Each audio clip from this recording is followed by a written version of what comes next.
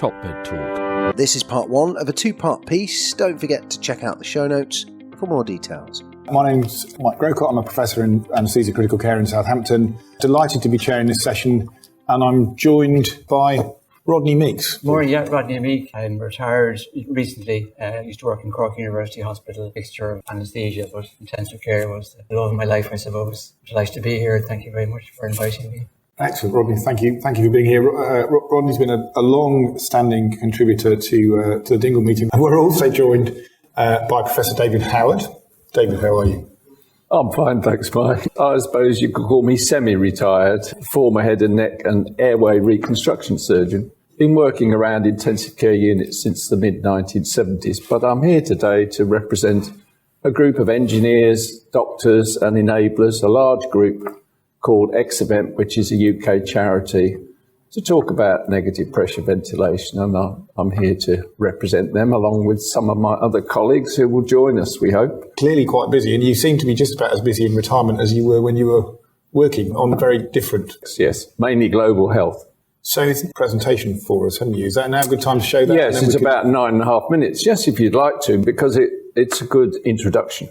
Hello, everyone. Welcome to this short presentation. When was the first electric vehicle made? Well, automotive historians discuss these things, but there were certainly electric vehicles around in 1830 and 1840. The first internal combustion engine vehicle, the engine was developed by a Swiss engineer in 1806, and it was powered by hydrogen gas. And there was an excellent hydrogen vehicle here in the UK in the 1830s. Petrol was first used to power the internal combustion engine in Carl Benz's famous vehicle in the late 1880s, quite a long time after electric and hydrogen-powered vehicles. Well, petrol dominated throughout the 20th century with diesel.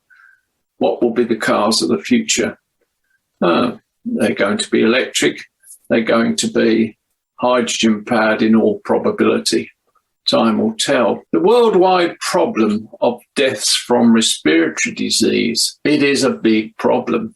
Even prior to COVID-19, as you see here, 1.5 million deaths a year from acute pneumonia, mainly in the low and middle income countries, and a huge portion in children.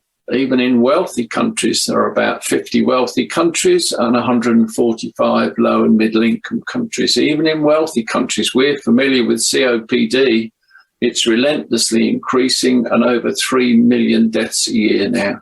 The huge burden of asthma, the commonest chronic disease of childhood. But only the wealthy countries have high dependency in intensive care facilities and the trained staff to use what are relatively costly positive pressure modern respiratory support devices. Is there a treatment method that could fit in both wealthy and LMIC countries? Well, negative pressure support devices, rather like those electric and hydrogen-powered vehicles, were first designed in the 19th century. There's a whole history throughout that century. And of course, everyone knows that from 1929, Philip Drinker's first iron lung device was used to treat polio patients. But what many doctors are unaware of these days is that they continued to be used in some centres in the 1970s, 80s, 90s, 2000s, and they have been used for a whole variety of respiratory disease, ARDS, and certainly exacerbation of COPD. The iron lung term is misleading in that a lot of the devices developed during the 1930s, 40s, 50s, 60s were made of lightweight materials, and the core technology for negative pressure ventilation has over 100 years of evidence for its safety and function. Why did we change from negative to positive pressure devices in the 1950s? Well, there's a certain irony here. Many of you will know the story. Dr. Ibsen, young anaesthetist in the polio epidemic in Copenhagen, overwhelmed with patients. The hospital only had a few iron lungs and hundreds of patients. And he came up with the idea of performing a tracheostomy, applying a cuff tracheostomy tube and then manual positive pressure ventilation in mainly children and young people with polio. And the ventilation was supplied by 1,500 young doctors, medical students, and dental students who were often with patients for weeks on end. And it's a very famous transition. But was the transition to positive pressure ventilation based on the superiority of the method? And the answer is no. Physiologically, it's not superior. And many doctors in the modern generation who've grown up with positive pressure devices are not necessarily aware of the benefits of negative pressure ventilation. But we have known for a long period of time, since the late 60s and early 70s, that positive pressure devices can cause significant lung injury. They can affect the cardiac index, and of course, invasive ventilation requires sedation, paralysis, and intubation. So, what could be the advantages of a new ultra-lightweight negative pressure device? Well, the pathophysiology of COVID-19 suggests a number of problems that might be less with the more physiological negative pressure ventilation. And in fact, we have really excellent animal and human physiological investigation, which supports the fact that negative pressure is much less likely to cause microtrauma of the lungs, is likely to improve alveolar oxygenation, and increases rather than decreases cardiac output. And of course, the patients are awake. They don't require sedation, intubation, and paralysis. And here you see my good lady wife, Professor Valerie Lund, wide awake and comfortable in our new ultra lightweight. It weighs less than 10 kilograms, covers the torso only, is mains and battery powered. It doesn't require high flow oxygen or compressed air. And this type of device is much simpler and cheaper to manufacture, even to very high standards. And here you see a list of medical advantages on the left-hand side. And I'm not going to read through them, but you can certainly see how comfortable my wife is receiving continuous negative extrathoracic pressure at this point, which markedly and easily increased her tidal volume. And here is Dr. Peter Young, no less, critical care consultant and anaesthetist from Queen Elizabeth Hospital in King's Lynn. And there was certainly no worries about Peter undergoing these healthy human trials. Certainly at the bottom of that list there, you see the risk of pneumothorax with MPV is extremely low. In fact, in huge clinical research trials of more than 3,000 patients, there was only a single case. That is in contrast to recent events with COVID-19. In fact, the major worry, Peter kept drifting off comfortably to sleep when we wanted him to demonstrate that he could drink, eat, and play with his mobile phone and chat to us and cough at the same time as he was receiving full cyclical negative pressure ventilation. So, nursing advantages over the old-fashioned iron lungs. These devices are extremely light. All the normal nursing can be carried out. The patients can move. They can be prone. They can prone themselves. The nursing side of it is very different from the old-fashioned negative pressure devices. Portsmouth Aviation have kindly taken on the building of our modern device, and Southampton University team are going to undertake our first clinical trials. There are 3 simple engineering requirements.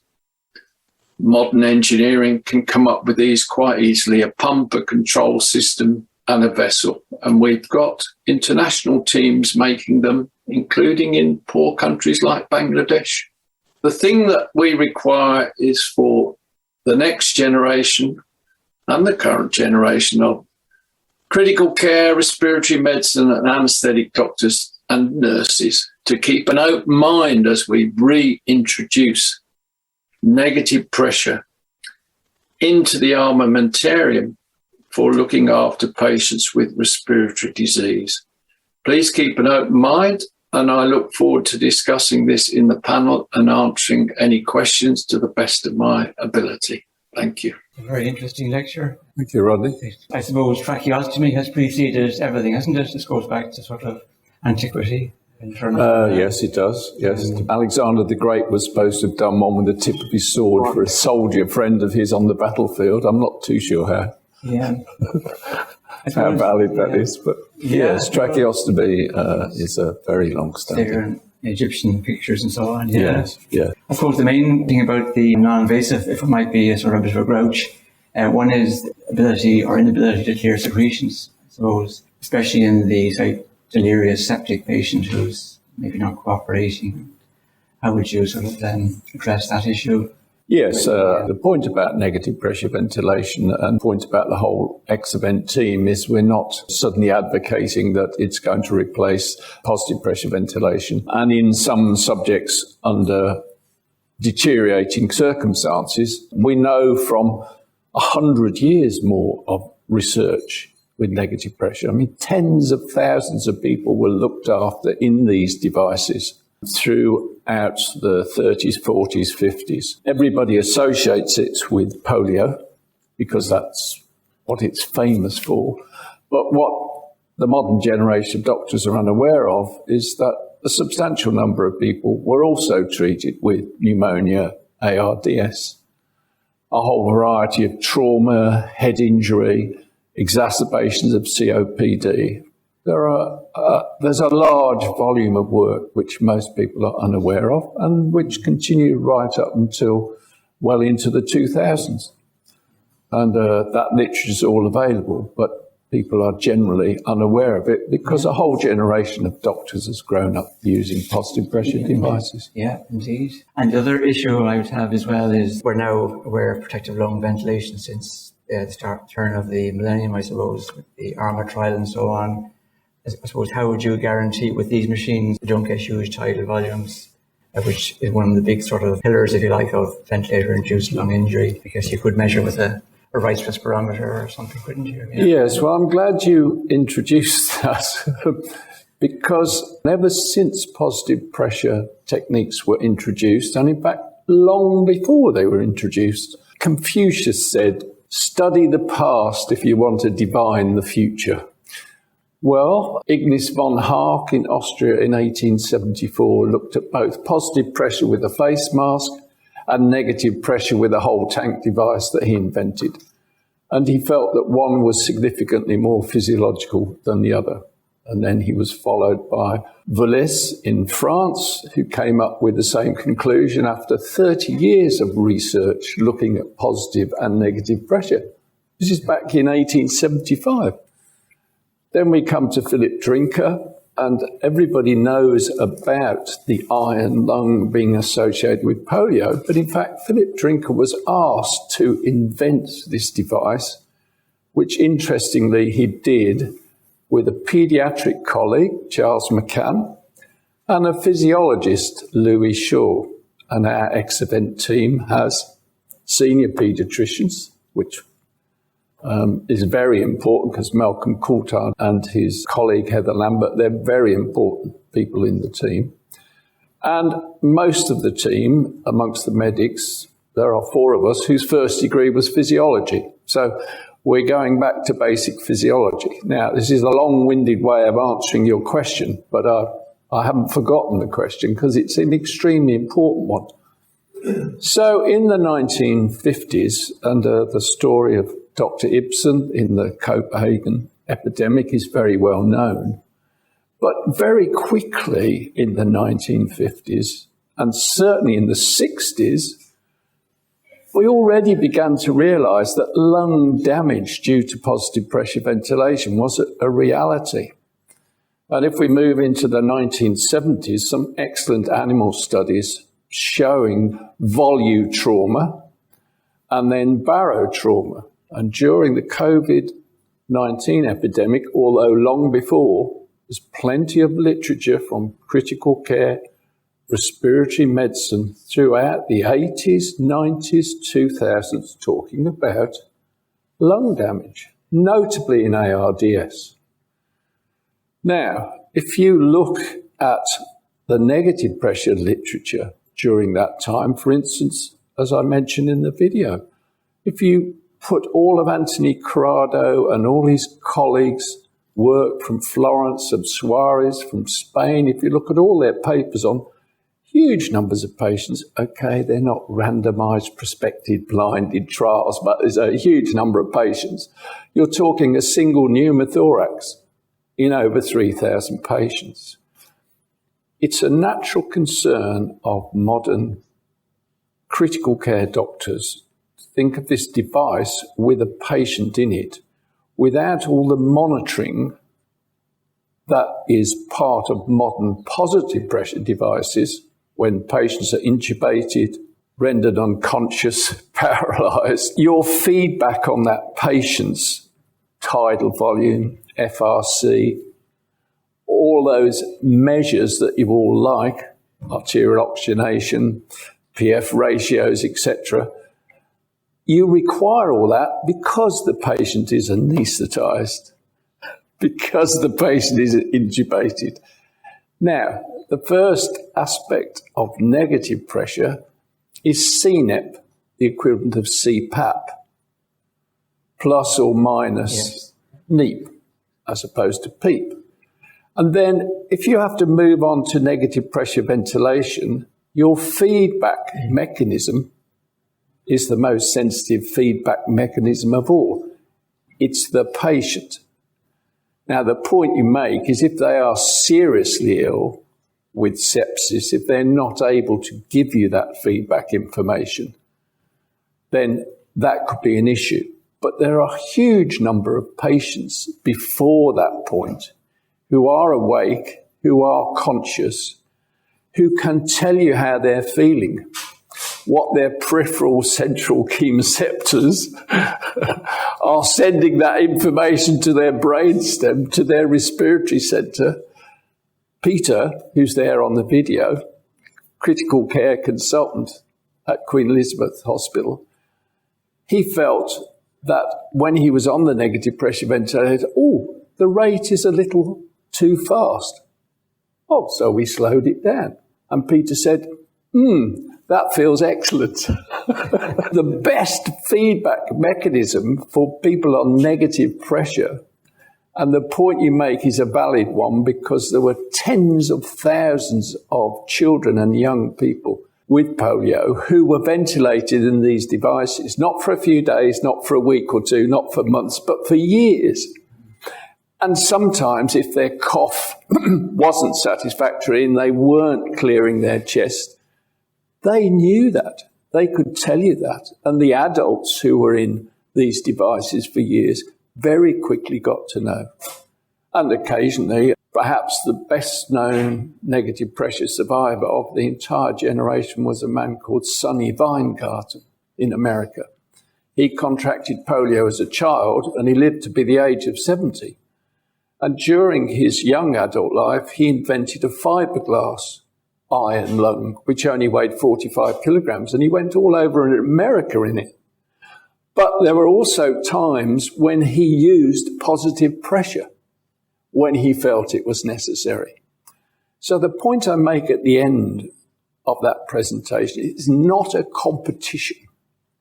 We would like to consider the respiratory critical care, respiratory medicine community, anaesthetists, considering reintroduction of a modern negative pressure device because we feel that there are various pathophysiological circumstances where it would be useful. But more importantly, worldwide, it's far cheaper to produce, it's much easier to use, and it would be applicable to a huge increased number of countries, every country in fact. All those low and middle income countries, which comprise 145 of the 195 countries. It's a device which could be used in wealthy countries It could, and poor countries. I'm going to jump in. I'm going to introduce another member of the Excellent team, Jim Roberts. Are you on a ferry or waiting for a ferry? Just waiting for a ferry, Mike. So I'm Jim Roberts. I'm a consultant anaesthetist at UCLH, part of the ENT and Head and Neck team that's moved over from the Royal National Throat, Nose and Ear Hospital, which is where I first met David. And I was delighted to get a call from David, I think as we were doing trial PPE donning for sort of live COVID care at UCLH. And I heard something about a plastic box and a vacuum cleaner, and it was going to be amazing. And what could you say? But absolutely, David, I'm your man. So that's how I got involved from the Excellent project from the start. What exactly are we talking about? What was the birth of this whole idea? Sure. Well, this occurred in March. I can't remember the exact date. It was about mid-March, because I myself had been isolating for a week with a respiratory sort of cough. And I'd just come back to work. And what happened was Dave McCowan, who's a very important member of Excellent team, he's the engineer. He's actually a water engineer down in Cornwall in the southwest. And he was sitting, I believe, thinking, if this pandemic's serious, what can I do to support my family? And he thought about building essentially a plywood box attached to a vacuum cleaner style Excellent prototype. And he began to get in touch by several degrees of freedom with medical colleagues and other engineering colleagues that he knew. And rapidly, the question fell at David's feet. And then David, having worked at the Royal National, being well aware of my colleague Anil Patel, who's a highly innovative, awesome anaesthetist, and then also to a lesser degree myself, thought, guys, listen, what do you think? I'm talking to a lot of people, and I'm getting a lot of, appropriate, cautious concern, negative pressure, polio, iron lungs. Is that really where we're going now? And all of my career really innovating. And if I've learned anything, is it's that initial sort of gut feeling to try and judge a project at a very early stage just needs to be tempered.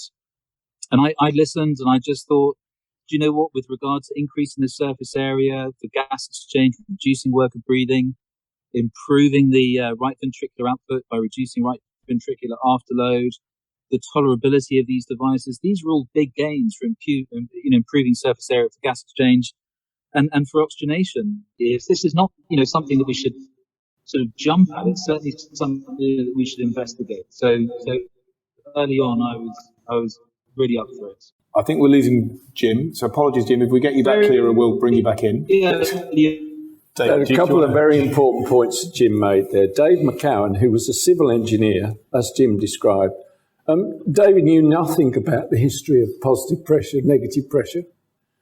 Simply from an engineer's point of view, he thought, what's a simple, effective device that I can quickly produce to support ventilation?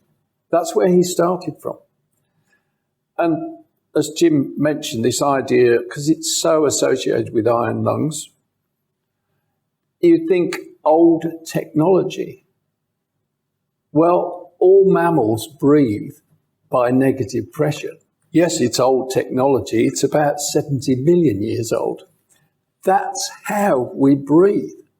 All the device does is to augment your natural spontaneous respiration.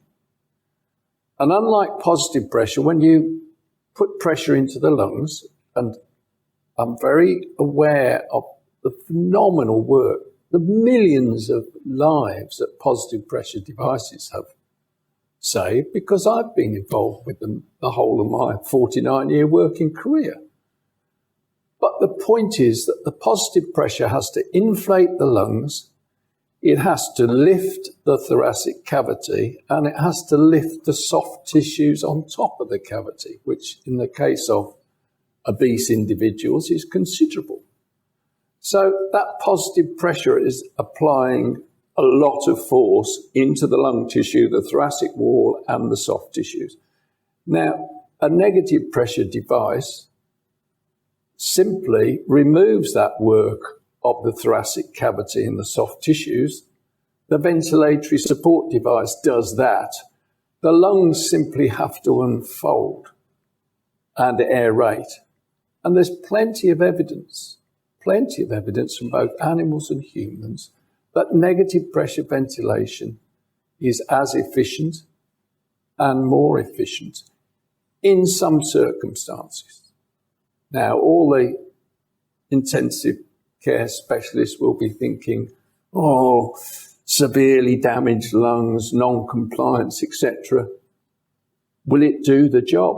Well, the point Rodney made, what do you do under those circumstances? Are you going to increase your positive pressure? Are you going to put your pressure 10, 12 ml per kilogram? Then you run into problems. You get lung injury. So your lung protective strategies have been to bring it down to 6 or 7 or 8. That's what you've been doing in the intensive care community for the last 20 years. Although I have on occasions seen that not be the case. And I'm sure during the COVID-19 pandemic it wasn't the case. Just because you apply more pressure into the lungs doesn't mean to say you're going to get better alveolar oxygenation. You all know that. And if we started to talk about lung closure and getting to the physiology of it, we could have the whole morning arguing about it. The fact is, negative pressure ventilation in an awake, conscious patient, when the team did the volunteer studies, you would be amazed. Just -4 of CNEP starts to augment your spontaneous respiration. And -10 of CNEP, even in a substantial individual like Peter, 95 kilograms plus, -10 centimetres of water doubled Peter's FRC effortlessly. Not the tidal volume, the FRC. You don't get significant tidal volume changes. You get markedly improved FRC. So it's a PEEP effect, if you like. Yes, with minimal effects. A NEEP is the same as PEEP and has the same advantage. So I think we're going to get Jim back in a moment. I mean, I guess the challenge which Jim sort of alluded to was reflected in your opening slide, which is the immediate response is we did that thing, that's the old thing, and now we've got this clever new thing. Exactly. But I think what you're in part suggesting is there's a role for both. The patients that are deeply sedated and septic and unconscious are probably not going to thrive on negative pressure ventilation, but some of them may not actually have to get there if we're using negative pressure. Yes. Can we prevent escalation to that point? Just in the way that we always hope CPAP and BiPAP prevent escalation to fully intubated mechanical ventilation.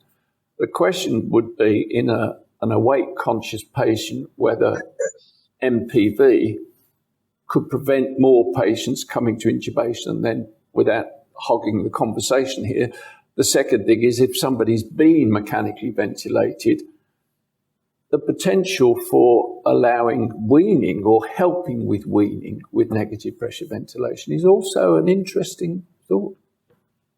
Absolutely. Now, Jim, do we have you back? Yeah. So you've been on the X-event journey almost from the beginning right through to now. Do you do clinical intensive care, Jim? No, so I'm very much an anaesthetist, not an intensivist. Like all anaesthetists, I've done a little bit of training, obviously, as a registrar, but no. So I am very much an anaesthetist, and actually even a head and neck and ENT one, Mike, if you can tolerate the specialism. But in terms of clinical application, obviously, so we've touched on potential applications in first world intensive care on patients who are getting sicker but not needing full invasive ventilation, on patients who are weaning. What else attracted you to the project in terms of applications? A couple of things, really. Is first of all, I did my elective in a hospital in Nepal. So I was out in Jiri for 4 months in 1991, and that gave me a really good insight into the practical realities of a hospital that had been well supported by, in this case, a Swiss NGO who'd left, and 7 years later there was just, the wreckage of inappropriately expensive equipment lying rusting and in the corner of the hospital. And it just immediately struck me that, given the demographic of respiratory morbidity and mortality around the world, that the people crying out for a really low cost, effective, easy to run, easy to supervise. We've even entertained the idea of relative or even patient mediated or controlled negative pressure respiratory support. These are the kinds of environments where the Exavant would potentially really shine if it was shown to be effective. But also I could see just in the Western world that those physiological goals of tolerability. I mean, I myself Dave Brearley put me on 25 of CPAP at UCLH just after we'd done some studies up at Marshall's Aerospace on the Exavant. And the tolerability is just, as David has said with the photos of Pete Young, it's just night and day. That alone, wandering around the wards upstairs at UCLH, seeing the desperation, the exhaustion of COVID patients trying to fix a CPAP or a BiPAP and non-invasive ventilation sort of strategy, deeply frustrating. And I think that if the embodiment of the device, was right, then the advantages are equally applicable to low to middle income countries as they are into more sophisticated Western ITUs or HDUs, where, patients who are beginning to fail on oxygen can benefit from, the effects that negative pressure can produce, which, just to repeat, increasing that surface area, reducing the right ventricular afterload to improve the Q element of the VQ match, reduce the work of breathing. I mean, that's certainly something we want to do, is to integrate our pressure volume loops, understand the work of breathing on spirometry, and see what role that can play in an exhausted, acutely failing patient, but perhaps also in a weaning, chronically struggling patient, or even a domestically struggling patient. So I think there's that. And then the final thing I just wanted to say was just the fact that this is a collaborative, charitable process as opposed to a commercially propagated, innovative sort of business.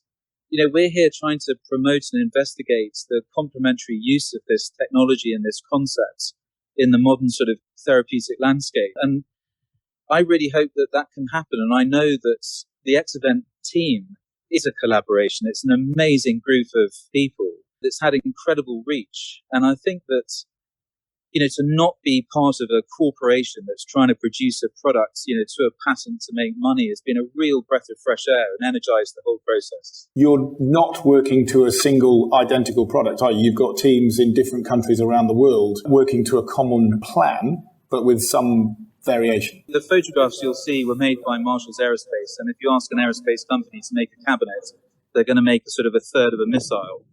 And that's what it looks like. So absolutely, there are other embodiments and concepts around the world, from wearable devices, all sorts of polycarbonate, 3D printed kind of things that might make the nursing handling, the ergonomics for either an acute or chronic patients more palatable. We're going to bring Anil in a moment, but I've got a couple of questions from our audience. So I'm going to ask the first one to David first. What's your upper weight or body mass index limit for the use of negative pressure ventilation? Will it accommodate the size of the often obese / morbidly obese COVID ICU patient? Yes, we've considered this very carefully. You saw the size of the Marshall's device, and that would certainly take 100 kilograms plus. And I'm not being anti-American in any way, shape or form here, because our friends in America, as we discussed earlier, have the largest experience of all of negative pressure techniques. But they do have a very obese population with other comorbidities. And therefore, the only limitation is the size of the cabinet. And it would be quite easy to make a cabinet that would take a 150 kilogram person. Now, in the same way as we were discussing earlier, to maintain that sort of patient on positive pressure ventilation, you would assume that would be more effective, but there's no evidence that's the case. The negative pressure ventilation should be able to maintain a patient of that size.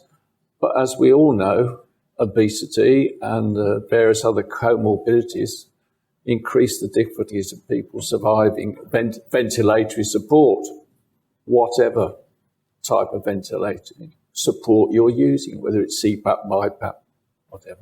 But I guess we should emphasise there's no evidence either way at the moment in the modern context. So there's quite a lot of interesting observational and historical data, but we're in the standard randomised controlled trial or even feasibility studies at the moment. It's at a very early stage. We don't know how many sizes we'll need. We do know that negative pressure ventilation has been very successful in children and is still used in children. It's used in some centres after cardiac surgery, after big spinal surgery with Harrington rods. The Orthopaedic Hospital, the National in London, is an example when they put those great big Harrington rods into small children's spines with gross kyphus scoliosis. They supplement their post-op by gentle use of a cuirass. Right, I'm going to move to Rodney's question. Now, Rodney, this could be probably the work of several days to answer this question, but But we've got to bring Anil in soon. So somehow, could you encapsulate what do you think is the next big thing in ventilation? One of my big hopes was all the extracorporeal methods. I was very disappointed to see the results of the REST trial using extracorporeal CO2 removal.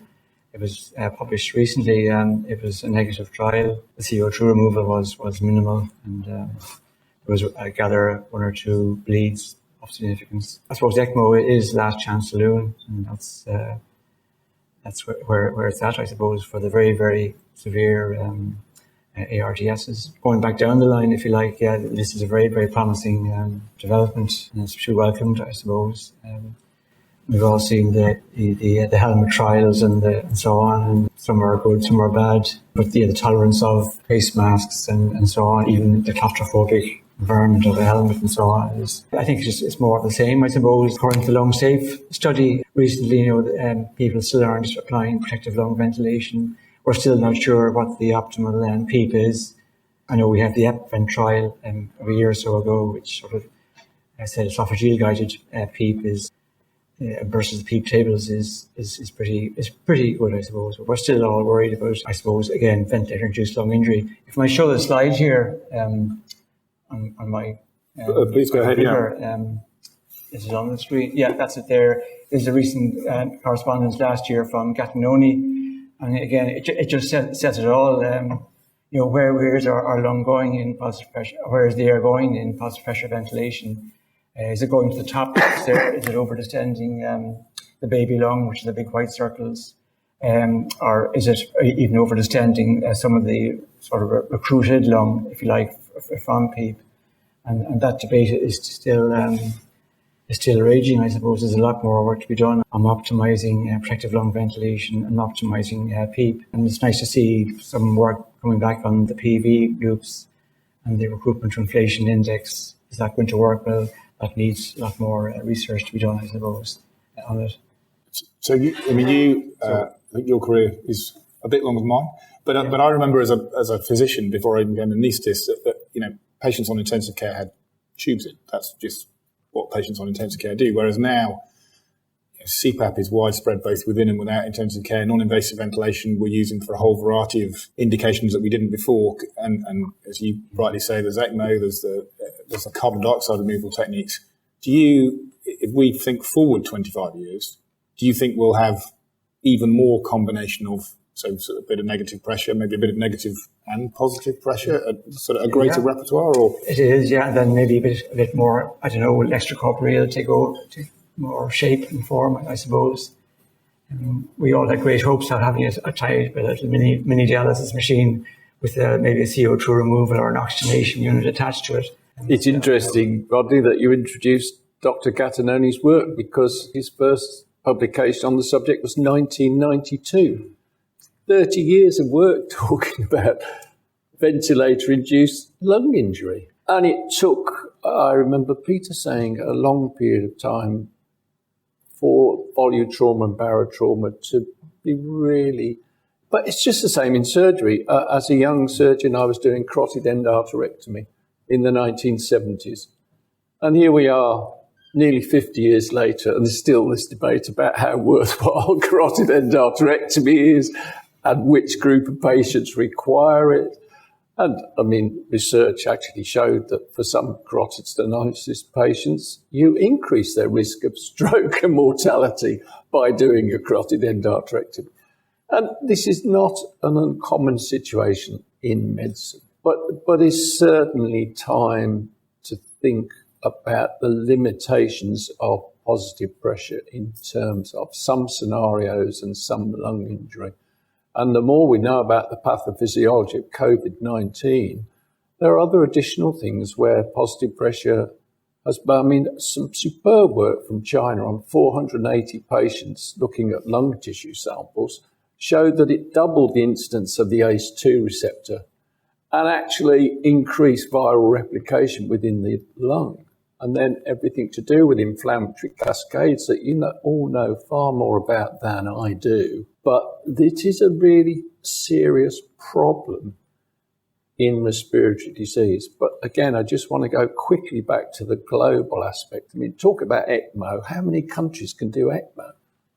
It's a phenomenal technique. It's amazing, modern, high quality medicine. And it's fascinating because we learn so much from it. But it's not applicable to 99.9% of the planet, unfortunately. TopMedTalk. Thanks for downloading TopMedTalk. Don't forget to subscribe via your podcatcher. Don't forget to check us out on social media. We're on Twitter, Facebook, LinkedIn, and YouTube. And also, don't forget, TopMedTalk is the broadcasting arm of EBPOM, evidence-based perioperative medicine. We'd love you to find out more about that. If you check out ebpom.org, you can find low prices on some of the conferences we're organising around the world. Many of them are virtual and don't even involve you leaving your own home. Check out ebpom.org now.